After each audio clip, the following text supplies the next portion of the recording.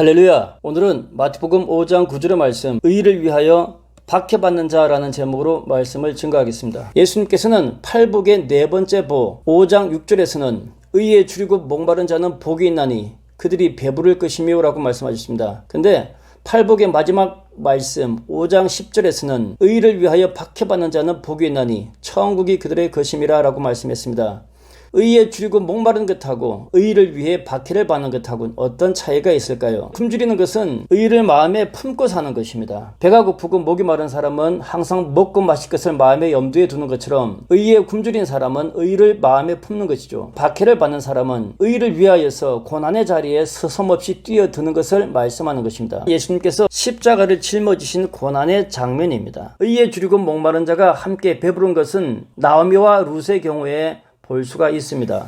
나오미는 이방 땅 모압에서 남편과 두 아들을 잃어버리고 고향 베들레헴으로 돌아오려고 하였습니다. 나오미는 두 며느리 룻과 오르바를 나를 떠나가서 너희의 살 길을 찾아가라라고 했습니다. 떠나가라는 어머니의 간곡한 눈물의 호소에 오르바는 모압에 남아서 자신의 길을 찾았습니다. 하지만 늙은 노모 나오미를 불쌍히 여긴 룻은 어머니의 하나님이 나의 하나님이라 하면서 어머니와 함께 험한 삶의 여정을 동행하기로 하였습니다. 룻이 생각하기에 어머니를 끝까지 모시는 것이 그것이 의로운 것이다 라고 생각했던 것이죠. 항상 어머니를 마음에 품었던 룻은 나오미를 끝까지 품었던 것입니다.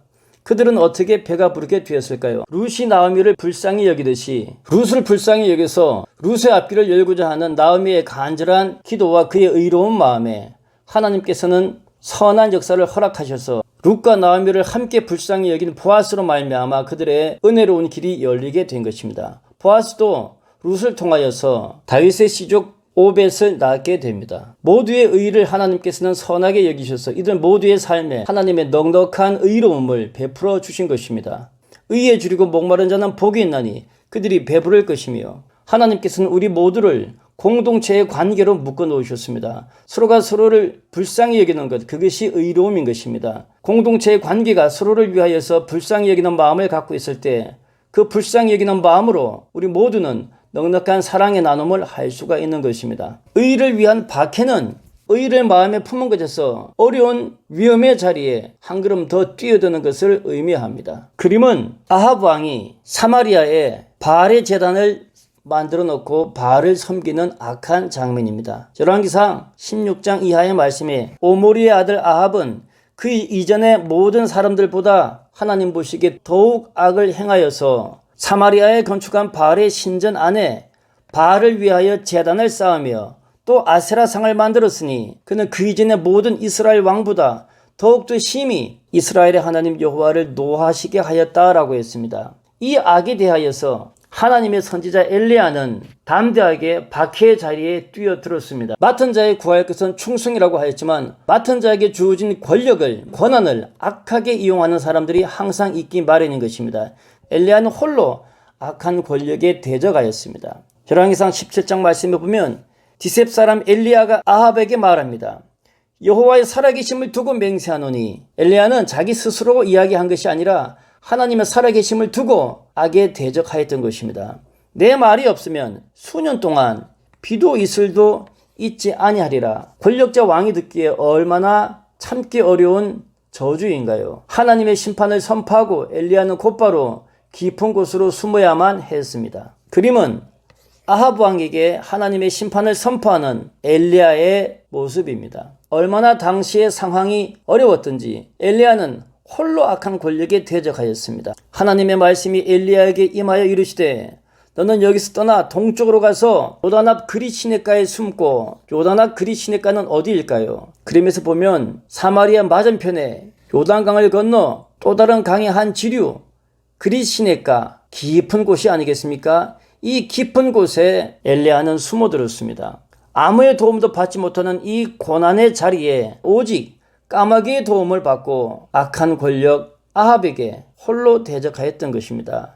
이것이 의를 위하여 박해를 받는 것입니다. 세상의 악을 위하여서 박해의 자리에 뛰어드는 것도 귀한 일이지만 우리는 하나님의 의를 위하여서 예수의 이름으로 받는 박해에 대하여서도 두려워하지 말아야 할 것입니다.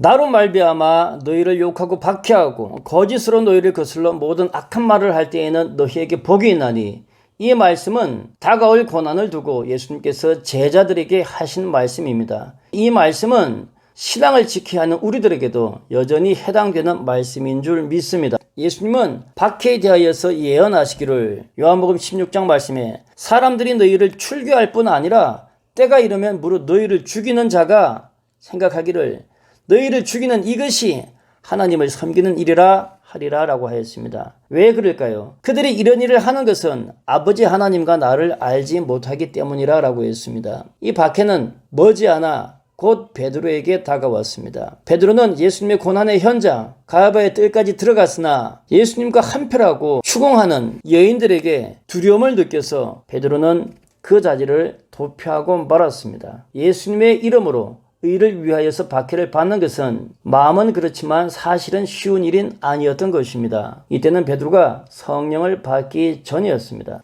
예수님께서는 마태복음 10장 18절 말씀에 나로 말미암아 총독들과 임금들 앞에 끌려가리니 라고 예언하였습니다. 그러면서 예수님은 제자들에게 말씀하시기를 몸은 죽여도 영혼은 죽이지 못하는 자들을 두려워하지 말라 했습니다. 세상의 환난과 공고, 먹고 사는 문제에 너무 걱정, 염려하지 마시기를 권면합니다. 그 염려와 걱정이 우리를 사망으로 집어삼킬 수가 있는 것입니다. 우리가 두려워해야 할 것은 하나님으로부터 멀어지는 것, 그것을 두려워하시기를 권면합니다. 그림은 성령으로 두려움을 이긴 베드로가 대제사장들 앞에서 담대하게 자신의 믿음을 선포하는 장면입니다. 의를 위하여 박해받은 자는 복이 있나니 천국이 그들의 것임이라 하였습니다. 예수님께서는 나로 말미암아 너희를 욕하고 박해하고 거짓으로 너희를 거슬러 악한 말을 할 때에는 너희에게 복이 있다라고 하였습니다. 기뻐하고 즐거워하라. 하늘에서 상이 크다고 하였습니다. 너희 전에 있던 선지자들도 이같이 박해를 받았다라고 했습니다. 닭이 울기 전에 예수님을 부인했던 베드로는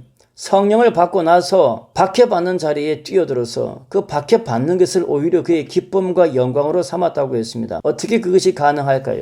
성령이 베드로의 마음에 충만하게 되자 그는 더 이상 박해를 두려워하지 않게 되었습니다. 우리 심령 속에 있는 것은 두려움 아니겠습니까? 그 두려움은 어떻게 이길 수가 있을까요? 사랑이 충만할 때 두려움은 떠나가는 것입니다. 두려움보다 더 강한 사랑, 소망, 희망이 여러분의 마음에 가득 차시기를 축원합니다. 사도행전 5장 41절 말씀에 베드로와 그와 함께한 사도들은 예수의 이름을 위하여서 능력받는 것에 합당한 자로 여기심을 기뻐하였다라고 했습니다. 채찍에 맞는 것도 더 이상 두려움이 아닌 것이죠. 성령이 충만하게 되자 그 전에 두려워하던 것이 더 이상 두려움이 되지 아니하였습니다. 성령을 받고 난 이후 베드로와 사도들의 가장 큰 삶의 기쁨은 예수님을 따라가는 것이었습니다. 고난의 자리, 십자가의 자리, 핍박의 자리, 박해의 자리도 더 이상 두려움이 되지 않았습니다. 그들은 마침내 성령의 높은 경지에서 성령의 충만한 거룩한 기쁨으로 박해조차 그들에게는 기쁨이 되었던 것입니다. 두려워하던 그 십자가가 이제는 자신에게 주어진 영광의 면류관으로 생각이 되었던 것입니다. 사랑하는 자식을 위하여서 부모가 삶의 험한 수고를 기꺼운 마음으로 감당하듯이 우리도 그렇지 않습니까? 성령이 충만하면 하나님의 의를 위하여서 삶의 불편함과 삶의 고난조차 더 이상 큰 문제가 되지 아니하고 오히려 그것이 하나님이 나를 쓰신다라고 하는 큰 기쁨으로 와 닿는 것입니다. 그러한 성령의 큰 기쁨을 마음속에 충만히 채우시기를 축원합니다. 박해보다 더 큰 기쁨, 박해보다 더 큰 보람, 그것은 천국입니다. 그러한 천국이 예수와 더불어서 신앙 안에 항상 충만하여서 오늘 하루의 삶이, 오늘 하루의 신앙이 늘 항상 천국이 되시기를 주의 이름으로 축원합니다. 감사합니다.